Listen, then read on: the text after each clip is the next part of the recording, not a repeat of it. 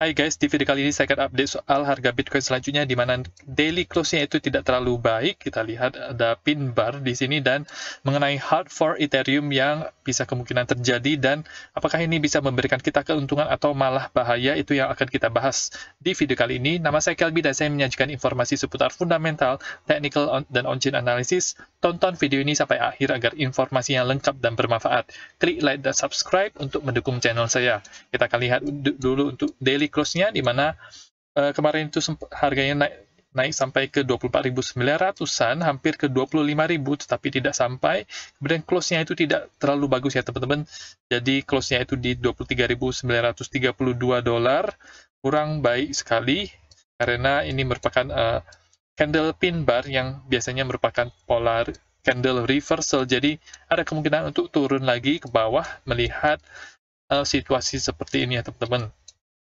Oke, RSI-nya itu masih mendatar, dia masih berada dalam tahap konsolidasi di sini, dan kita tidak tahu apakah dia akan breakout ke atas atau breakout ke bawah. Itu kita hanya bisa tahu apa yang terjadi ketika dia berada di support atau berada di resistance. Untuk harga, dia sekarang masih berada di dalam parallel channel ini. Parallel channel ini sangat berfungsi dengan baik sekali, di mana bagian atas daripada parallel channel ini berhasil meresist harga Bitcoin sehingga turun, dan kemungkinan bisa ke daerah daripada middle line daripada parallel channel ini yang di sekitar harga 23.200-an atau di open candle sebelumnya di sini.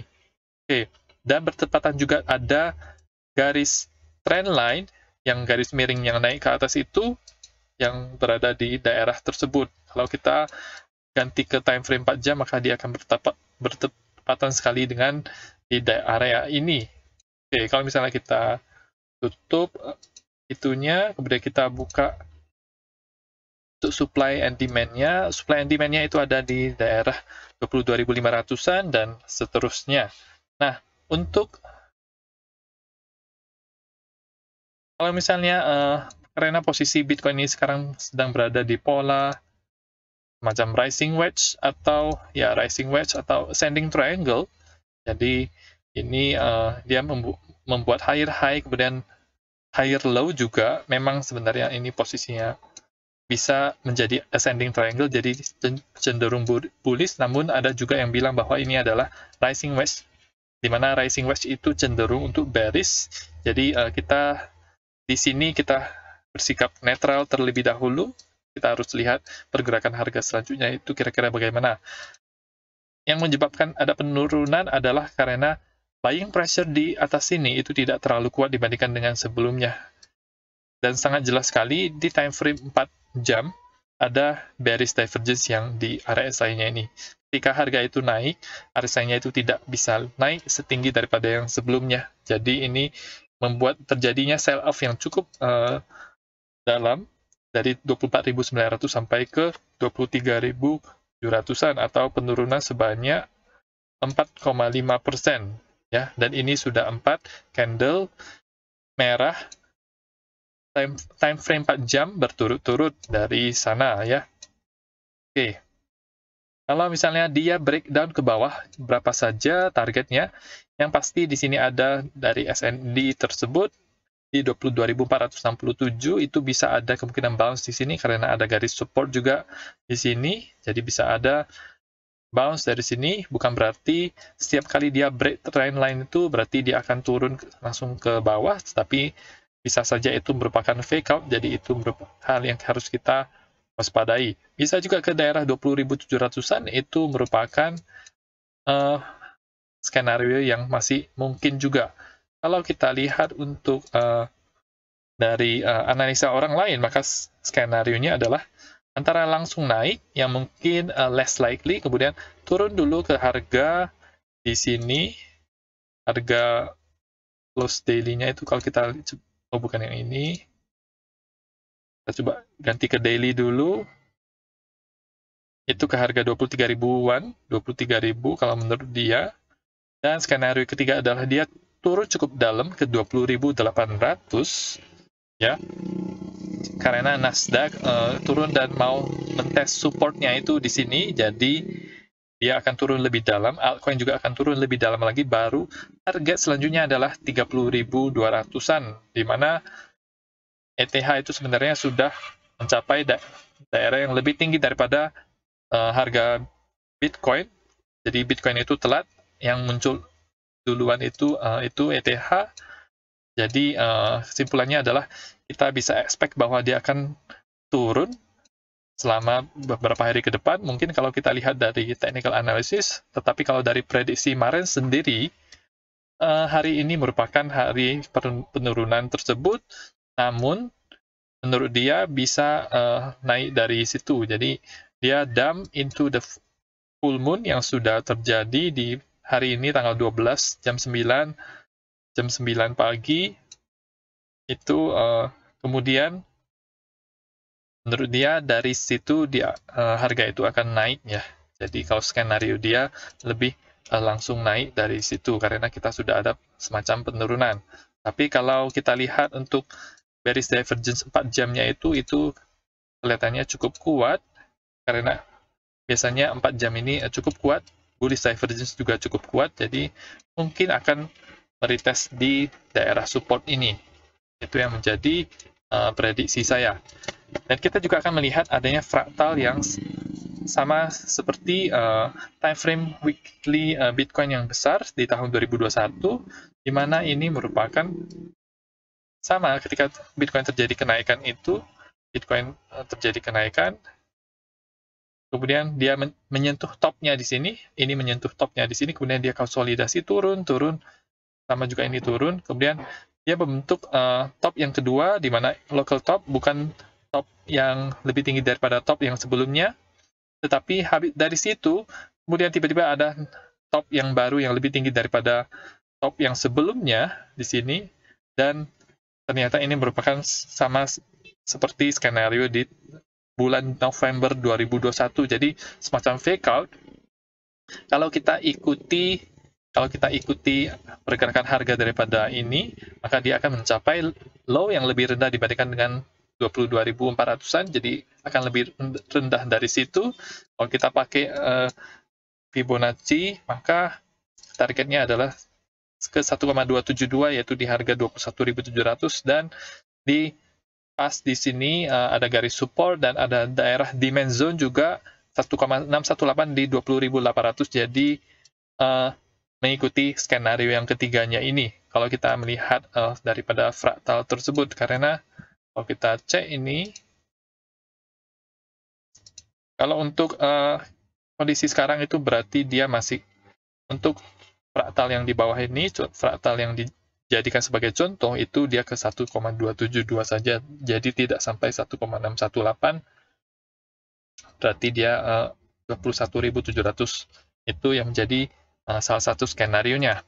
Situasi di SY sendiri adalah di mana terjadi double bottom di sini, jadi kemungkinan Bitcoin bisa turun dulu, Bitcoin bisa koreksi terlebih dahulu, karena ada double bottom yang terjadi di DXY, dan RSI-nya juga meningkat, jadi ini ada semacam perlawanan dari DXY, kemungkinan bisa retest daerah resistance ini di 105,863.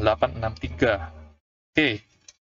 ETH sendiri bagaimana? ETH masih lumayan bagus, dia close-nya itu bisa hijau, beda dengan Bitcoin yang close-nya itu merah, dan bahkan naik lagi sedikit daripada close-nya yang kemarin. Tapi kemungkinan dia akan mengikuti harga Bitcoin yang turun, karena Bitcoin akan menarik semua altcoin, seperti kayak gravitasi yang sangat kuat. RSI-nya itu masih berada di daerah 69, hampir mencapai daerah overbought area. Oke, untuk time frame 4 jam sendiri, kita lihat ini tidak ada bearish divergence, tapi mungkin saja bisa terbentuk nanti di suatu saat nanti ketika harganya itu mulai naik lagi. Jadi ini masih cukup kuat kalau kita lihat untuk Ethereum. Nah, kabar terbaru dari Ethereum sendiri adalah merge proof of stake itu diestimasikan bisa terjadi 3 hari lebih awal daripada tanggal 19 yang mereka umumkan sebelumnya, yaitu di bulan September 15 sampai 16 September ya. Oke. Dan ini adalah mengenai potensi hard fork Ethereum yang kemungkinan terjadi dan apa saja keuntungan dan apa saja bahaya ini perlu kita ketahui. Kita akan baca apa yang Olympio tulis mengenai ini, mengenai Ethereum Proof of Work. Hard fork Ethereum mungkin bisa terjadi. Kemarin saya menulis sebuah hal mengenai ini. Ini adalah follow up-nya. Apa itu hard fork? Apa itu bahaya saja ketika berhubungan dengan blockchain yang sudah di hard fork? Apa yang terjadi dengan layer 2? Kenapa hard fork ini terjadi? Ini merupakan original thread-nya itu. Nah, kita akan lihat apa itu mengenai hard fork. Nah, ketika apa yang terjadi ketika hard fork itu terjadi? Nah, seseorang itu mengambil sebuah blockchain kemudian mereplikannya menjadi ada dua sekarang. Semua orang bisa melakukan hal ini. Kalau misalnya saya mendownload Ethereum itu sebanyak 1 terabyte dan men-set up beberapa node yang independen, maka saya sudah men-hard fork-nya. Kalau misalnya orang-orang itu tidak sadar atau menggunakan blockchain hasil hard fork saya, maka semua aset itu sama dengan nol karena ini hanyalah sebuah database 1 terabyte saja. Kenapa sekarang bisa berbeda? Karena miners itu cukup banyak untuk Ethereum. Jadi kita lihat tahun 2021 itu banyak sekali orang-orang Indonesia yang ikut mining, dan itu bukan Bitcoin karena Bitcoin itu lebih modalnya lebih besar, tapi mereka mining Ethereum dan lebih menguntungkan juga karena gas fee juga lagi tinggi dan banyak yang menggunakan DeFi, jadi banyak orang yang ikut mining. Jadi komunitas miner ini cukup besar, mereka ada semacam power, mereka punya traksi, dan mereka bisa memiliki keputusan untuk melakukannya. Beberapa entitas seperti exchange, mereka serius akan hard fork ini, jadi bukan main-main, karena ini bisa berpengaruh terhadap apakah mereka akan melisting koin hasil hard fork Ethereum ini di exchange mereka, ya. Dan biasanya koin hard fork ETH tersebut itu ada nilainya. Apa yang terjadi dengan aset saya? Tidak terjadi apa-apa. Kalau misalnya teman-teman punya Ethereum, mereka hanya terduplikasi di blockchain yang berbeda. Jadi nanti ada Ethereum di mainnet Ethereum, teman-teman. Kemudian ada Ethereum POW atau Ethereum Proof of Work di blockchain yang lama sebenarnya ya, teman-teman. Tapi kita ya bisa dibilang baru juga, tergantung sudut pandangnya. Pokoknya yang itu berbeda saja dengan Ethereum asli, teman-teman. Kamu bisa memilih untuk berinteraksi dengan hasil hard fork tersebut atau tidak. Kalau misalnya kamu tidak berinteraksi, maka semua aset, misalnya kamu punya 1 Ethereum, 10 Ethereum, itu akan jumlahnya akan tetap sama saja, tidak ada bahaya apa-apa. Apa yang sebenarnya terduplikasi? Semuanya.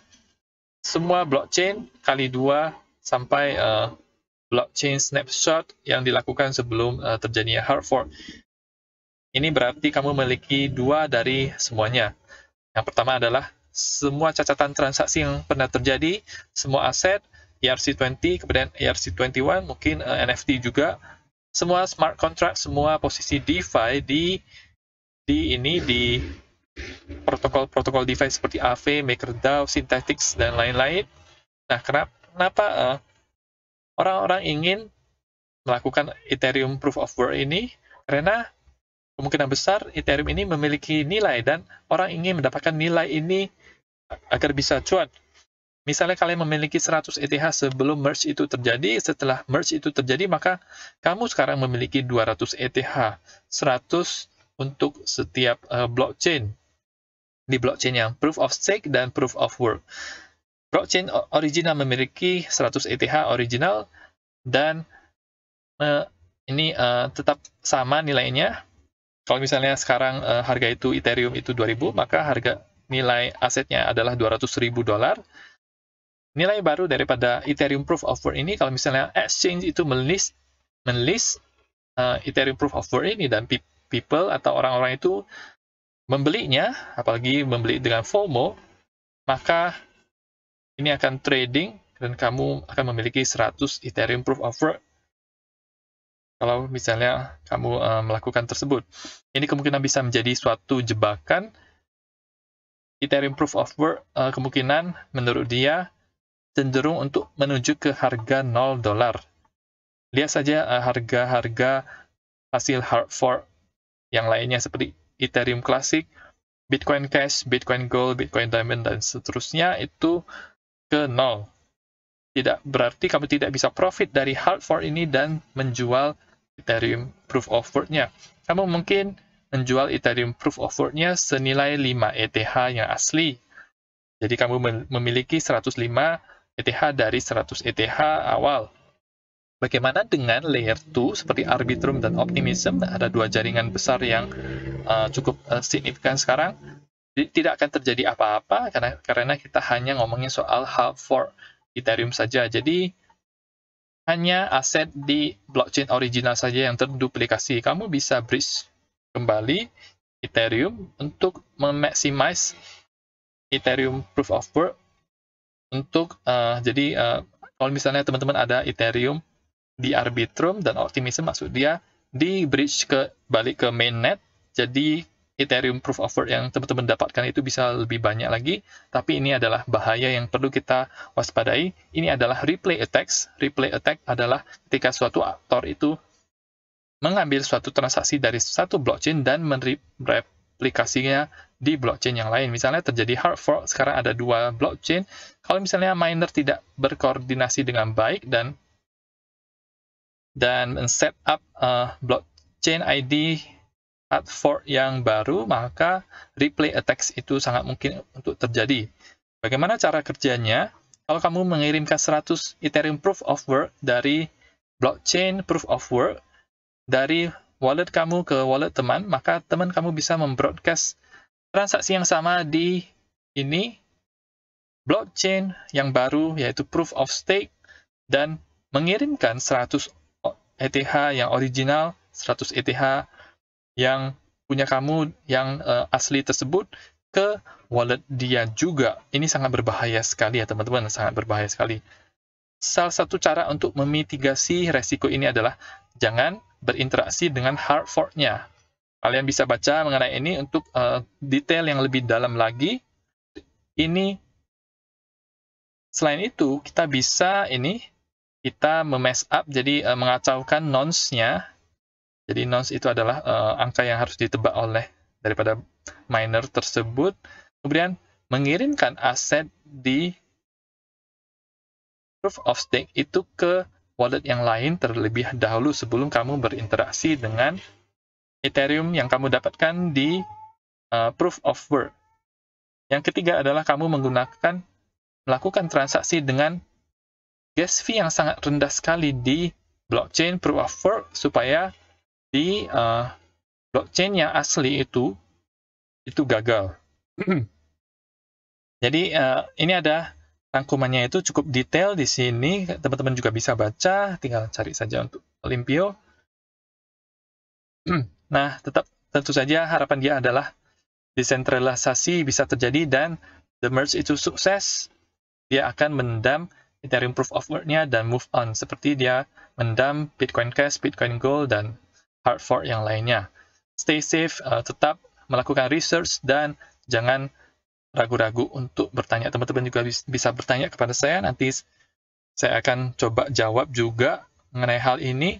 Apakah teman-teman punya ETH di mainnet Ethereum, di wallet MetaMask, atau di wallet lainnya? Teman-teman bisa, apakah teman-teman berencana akan menjual Ethereum Proof of Work yang teman-teman dapatkan itu? Apakah teman-teman berencana untuk tidak berinteraksi dengannya karena takut akan bahaya yang terjadi? Teman-teman bisa komentar di bawah mengenai hal ini, dan mungkin ada suggestion atau saran atau hal-hal informasi penting lainnya yang teman-teman bisa share di situ juga. Tentu saja saya sangat appreciate sekali ya teman-teman. Nah, itu saja untuk informasi pada hari ini. Semoga videonya bermanfaat. Tetap dukung channel saya dengan mengklik like dan subscribe, dan nantikan video saya selanjutnya.